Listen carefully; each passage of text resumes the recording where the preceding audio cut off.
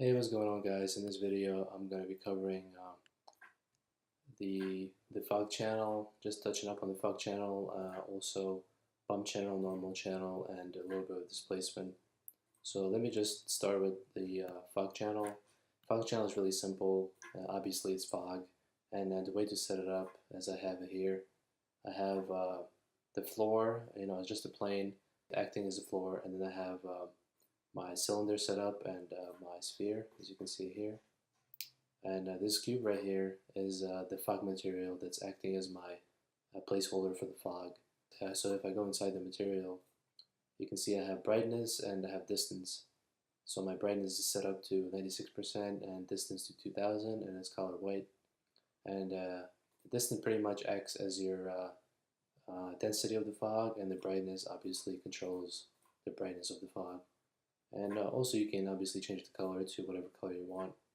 That's pretty much it for this channel, guys. So let me just give it a render and show you what it looks like. So as you can see, this is the result you get. And let me just zoom in and give it another render from inside of the sphere, inside of the cube, I mean. So this is pretty much the fog channel and what it does. And you can only control so much, only the distance. So let me just set it to something else. I'll set it to 500, but I think it'll be too dense. You're not going to see anything when I hit render. Let's just see what happens. Yeah, as you can see, that's your density of the fog. So it was set to 2000 before, and now it's 500, and it's way too much. So let me just maybe do 3000. Give you another example of this fog channel. So as you can see, we can actually see our objects, and make sure you have a floor so the fog channel knows how to calculate the image and give you this kind of look if that's what you want to do. Okay, guys, so this is my example for the bump channel, the normal channel, and the displacement channel. Let me just pull up my picture viewer. I already have it rendered. So guys, this is the result you get from left to right. You have color channel combined with bump channel. You have normal channel combined with color, and then this is a combination of all of them, and gives you the most realistic result, combining normals, bumps, and displacement, color, reflection, and so on.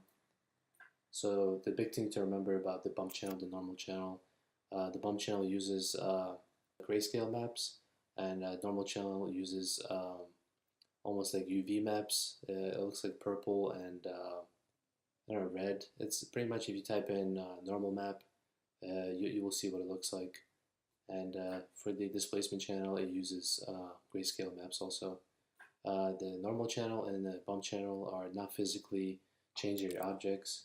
So as you can see, if I zoom in really close, the sphere is still round. It doesn't really change it doesn't change the appearance of the sphere. Only the shadows and the lights give these imperfections in the texture, but it's fake and it's not physically accurate. It really helps you with the render times. It renders fast, but if you have your object really up close to the camera, of course you can see that it's not really physically accurate changes in the objects. It's mostly fake, and as you can see, a comparison to the displacement channel, the object actually changes, and you can see physical change in the objects instead of just the look that you get. I would recommend using displacement channel, but sometimes with the really complex materials, the render time can be really long, and so play around with the bump, normal, and displacement and see what you can create. And let me just show you an example. So for the bump, I have my color set up as light blue or almost green. I have my reflection set up. I just plugged in a noise using Beckman reflections.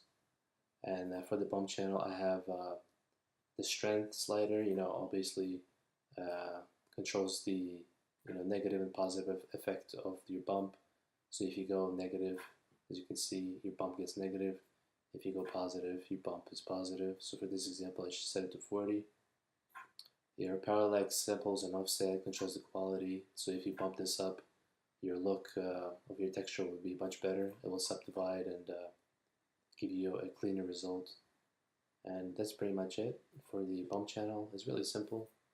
For the normal channel, it's the same thing. I have my colors set to this dark gray. I have my reflection channel. I'm just using a noise. Yeah, I think I just plugged in a noise for this one. Nothing really special. For the normal, I just have my strength to 200, and I have this normal map that I found on Google, and that's pretty much the result you get right here. And for this last one, displacement channel, I downloaded this texture off Polygon, a really good source for texture for CG art. So it's they give you 5 or sometimes 10 different textures, and all you have to do is plug them in. So for the color, I have my color texture.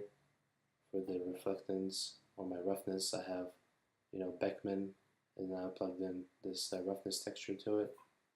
And then for my normal, I have my normal texture set to 100%, and displacement, I have it set to -10, and my height is -2. And also it's using displacement and texture black and white, and my subdivision level is 4. So if you go back to my picture viewer, as you can see, this is the result you get. So you have your non-physical bump, non-physical normal, and then you have your actually physical normal, bump, displacement, and color at the same time.